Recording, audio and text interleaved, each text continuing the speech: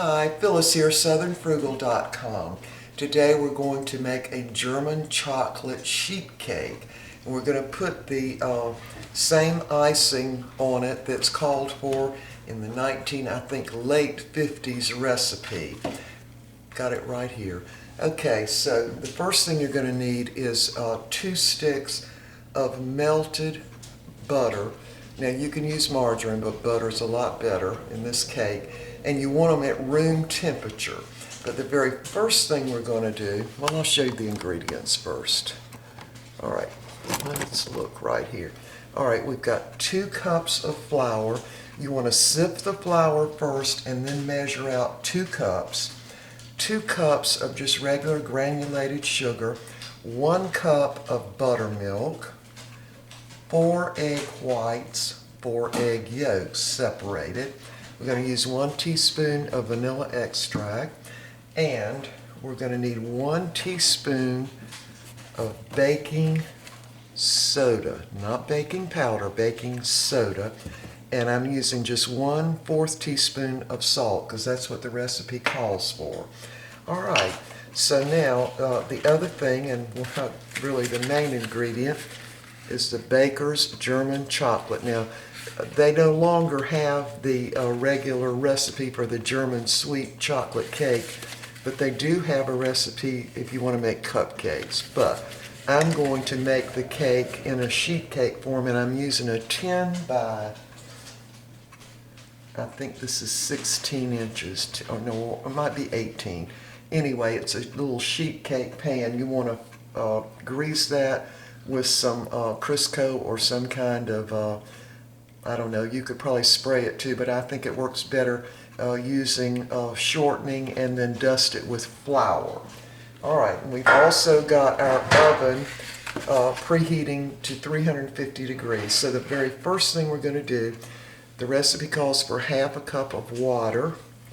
And of course, back in the 1950s, they didn't have microwaves, but they do now. So what we're going to do is melt this in the microwave, the whole block of it.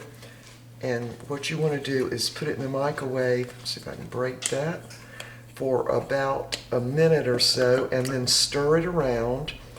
And maybe if it's still not melted completely, you want to, maybe have it in the microwave another 30 seconds to a minute. Anyway, I'm going to go do that. There it is in 1/2 cup of water. We'll be right back. Okay, we've got the chocolate all dissolved in. You want to just keep stirring that. In my microwave, it only took a minute and about 20 seconds. And so we've got it all dissolved in the 1/2 cup of water. So we're going to set that aside, let that cool down a bit, and we're going to get the rest of the cake together. So I've got 2 sticks of butter, and they're at room temperature. And to that, I'm going to go ahead and add my 2 cups of sugar.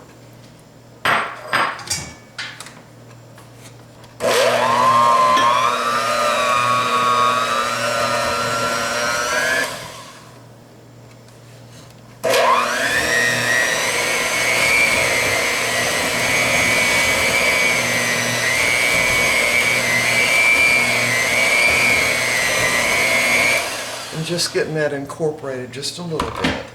Now you're going to need 4 egg yolks, and you're going to use the whites later. In fact, why don't we go ahead and do this? So what I'm going to do is put this in my other mixer, my stand mixer, this is the main reason I got this mixer, in order to do egg whites. So I'm going to dump that down in my KitchenAid. Now, if you don't have a stand mixer, you'll need to mix the egg whites until they form soft peaks. So I'm going to turn that on and get that going. And in the meantime, we're going to get the egg yolks into this other mixture. So we're just going to try to dump them in one at a time.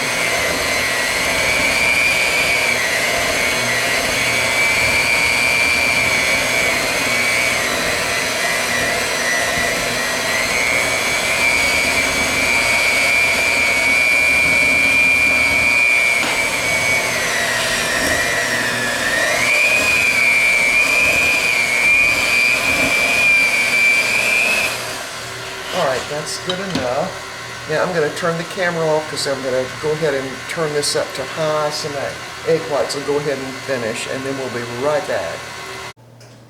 Okay, I told y'all wrong. You want to beat the egg whites until they're very stiff. I told y'all wrong. I'm thinking about meringue. So you want the egg whites very stiff. Set those aside for a minute. Now I have beaten my butter and my egg yolks, and my butter wasn't, I mean it's winter time now, so the butter wasn't all that creamy really. But anyway, we've got it well enough. Now my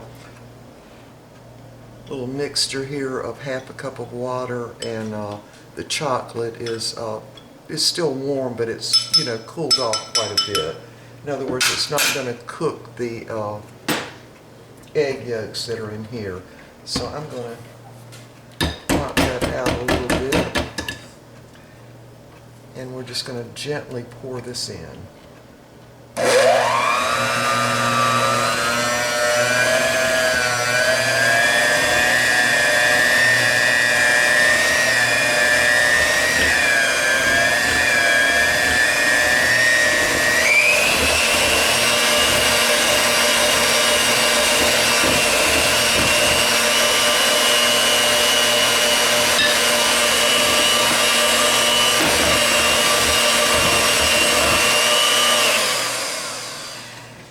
Now I'm going to use the spatula to get it away from the sides.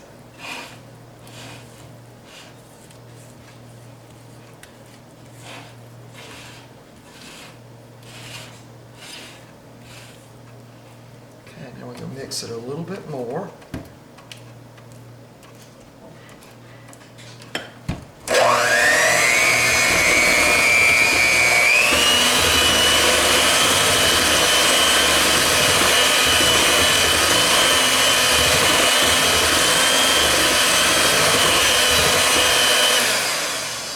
Okay, now it's time to add the vanilla. So we're going to add 1 teaspoon of pure vanilla extract. Sprinkle that around. Mix that in.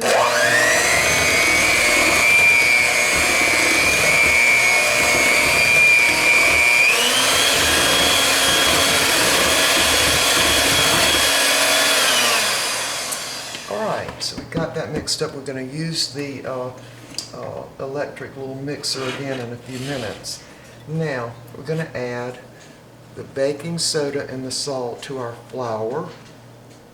Let's see if I can find something to mix that up with. This will work. Just mix it up a little bit. And so now what we're going to start doing is adding the flour and the 1 cup of buttermilk alternately. We want to start with flour and end with flour. So mix a little bit in. Just going to do this by hand until we get it mixed in, both ingredients, and then once we've got them all mixed in, we'll use the little hand electric mixer a little bit more. Yeah, this cake, I don't know if it was developed in the 1950s, but that's what I think. And the first time I had it was at my Aunt Sybil's house. I think it was after Christmas one year, and it was delicious. So, now what the old recipe called for making this in 3 layers. And I've done that before, but I really like it better as a sheet cake. And it's got a special icing that goes on it, very special. And of course now they've got mixes for German chocolate cakes, but I can tell y'all it's just not the same as the homemade original recipe. Okay, now we're ready for more flour. So you want to do the alternating with the flour and the salt and baking soda little mixture.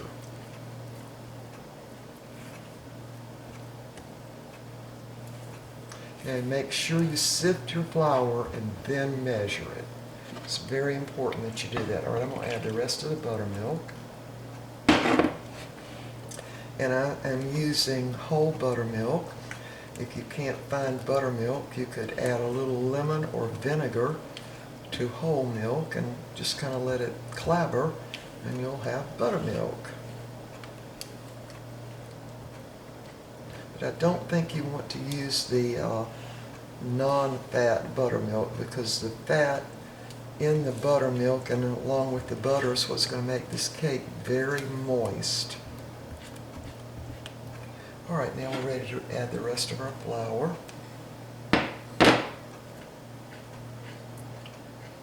And remember, once you add the flour, you don't want to use the electric mixer too much. You just want enough to, get the lumps out of it. All right, smells really good. I love this chocolate. I don't eat much of it, but I sure do love it. All right, so we've got all that pretty well incorporated. Now we're going to use the mixer on it just a little bit.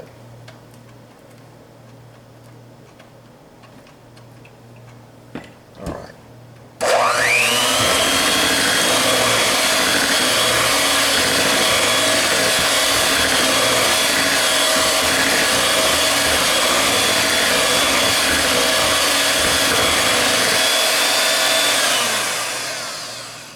We're through with the mixer now.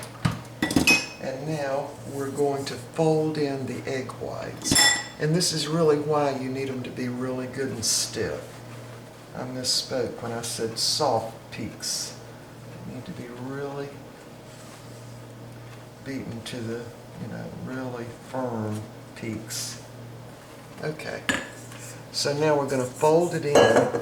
And these egg whites, along with the teaspoon of baking soda, is the leavening in the bread. Excuse me, not in the bread, in the cake.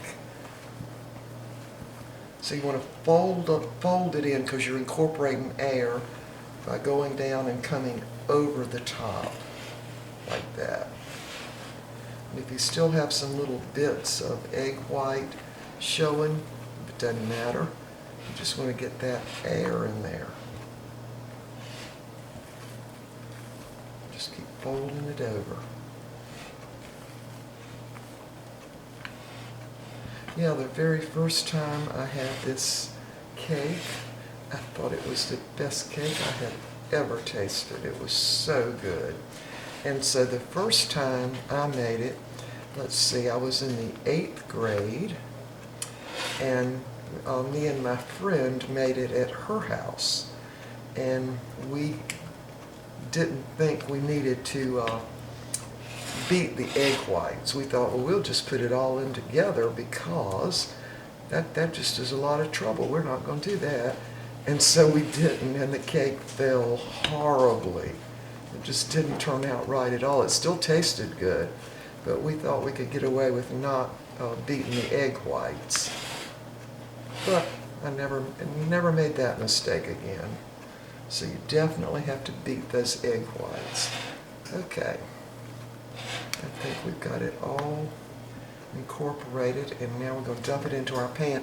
I'm going to get my little tape measure so I can tell y'all right on the size of the pan.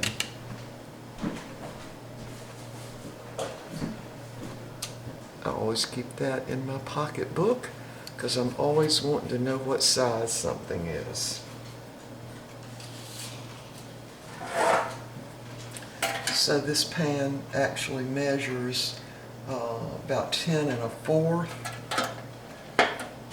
by 16 inches. So it's really, just say a 10 by 16 pan. All right, so we're going to dump it in now. And all those little things that look like lumps are actually the egg whites. And the egg whites are much, much easier to beat if you have them at room temperature. They'll beat and form the peaks much quicker than they will if they're cold. It's kind of the opposite of when you want to beat some whipping cream. whipping cream needs to be extremely cold, but egg whites, room temperature is best when you're beating them, even for meringue. Alright, so we're just going to spread this out in the pan. We're going to bake this. We're going to go ahead and bake it for 30 minutes. And you want to check it by just putting a toothpick down in there and see if it comes out clean. Don't want to overbake it, but you don't want to underbake it either. And I like to kind of make the middle a little lower so it doesn't come up so high in the middle. Make sure it's touching the sides. Now, the original recipe called for baking this in 3 9-inch cake pans with the bottom lined with wax paper. So I guess this was before the days that parchment paper was available in the grocery store. But the old recipe definitely said to line your cake pans. Now, I did not line mine. I never have. I just greased it with Crisco. So anyway, let me just look at the directions again to make sure I've got this right. So yeah, it's 30 minutes. Bake it for 30 minutes at 350 degrees. It should be done then, but because I'm doing it in sheet cake form, I'm going to test it with a toothpick. Anyway, once it gets done, we'll be back. Alright, we are back. The cake actually cooked in my oven for 35 minutes, and it's all done and cooled. So now we're ready to make the icing or filling or whatever you want to call it. I don't know. But anyway, this is the same recipe from the 1950s. Alright, so here we go. Very, very, very rich cake. So this is 1.5 sticks of butter, or 3/4 of a cup. So it'd be just 1 stick and half of another stick. And to that, we're going to add 1 whole 12-ounce can of evaporated milk. Whoops, I spilled it. I opened it to sort of save a little time. You want to put this in a saucepan. Now, I like to melt my butter first and not have it, real hot though. There you go. It's a 12-ounce can of evaporated milk. And you want to use the whole milk. You don't want to use the low fat, because that would definitely change the richness of the recipe. Now to this, we're going to add 1.5 cups of just regular granulated sugar, and we're going to go ahead and add the vanilla in now. And I'm going to go ahead and turn my burner back on to about medium heat. Now you want to use 1.5 teaspoons of vanilla extract. Now this is half a tablespoon measure, which would be 1.5 teaspoons. Alright, now to this we're going to add 4 egg yolks. Now the egg whites I'm going to save, and tomorrow we'll have some type of omelet out of the egg whites. I'll probably add a couple of eggs to it. But anyway, we're not going to waste them. Alright, we're going to go ahead and put the egg yolks in. You want 4 egg yolks. This is a super rich cake. But it is the way the original recipe was. Just a super good cake, and of course, back in the, I think it was the late 1950s, it was just a really popular homemade cake. Really popular. Alright, so we're going to stir this and get those egg yolks all mixed in, the sugar, the butter. And so now we're going to cook this for about 12 minutes, and we're going to be stirring it most of that time. So once this once it starts thickening, we'll be back, and that should be about 12 minutes. Alright, we'll be back. Okay, this is what the sauce should look like after about 12 minutes. You can see it's thickened up, and the thickness comes from adding the 4 egg yolks, so it's somewhat of a pudding. All right, so we're going to move it off the burner now. And it did cook for almost right at 12 minutes. Now we're going to add 7 ounces of Baker's Angel Flake coconut that's been sweetened. This is a 14-ounce pack, so I'm just going to kind of eyeball it and use half the pack. But anyway, you want 7 ounces of Angel Flake coconut. Just cut them off at the end, and then just eyeball it. Pour about half of that in. All right, so that equals to about let me see, let me make sure I get this right. It says equals 2 2/3 cups, but I don't really think that's right. Anyway, 7 ounces of Angel Flake coconut, 1½ cups of broken pecan pieces. Dump that in. And then we're just going to mix that all in there together. Now the directions always say to let this cool slightly before you start putting it on the cake. Now if you're making this and using the cake in 3 different layers, you would just put it in between each layer. It really doesn't work to try to ice the sides because it just kind of falls off because it's got all the nuts and the coconut in it. Now, if you look over here, my cake is completely cold, so I'm going to go ahead and put the warm icing on it. Now what makes this cake so good is this icing, some of the moisture will seep down into the cake. So we're just going to go ahead and dump it on without letting it cool at all. Just by pouring it right on there.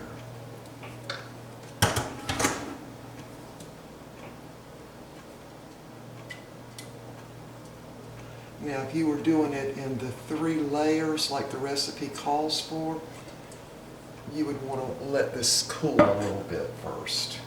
So I'm just going to spread it around real quick.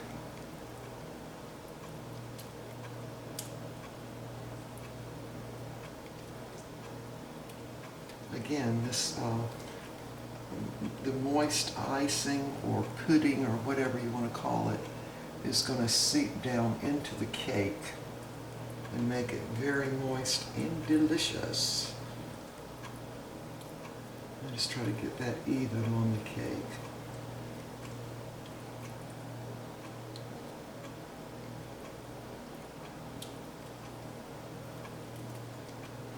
Okay, and there it is. All right, so we're going to let this cool. Maybe a close-up of that. We're going to let this cool just a little bit, and I'm going to go ahead and cut it. Mr. Bucky and myself are going to have a piece of it. We'll be back. Okay, here's what the cake looks like. You can see that. Let me turn the light on for you. There. The cake's very moist, but when you let it sit overnight, it's going to become even more moist. Now it's still a little bit warm from that icing. There's Mr. Bucky's piece, and there's my piece.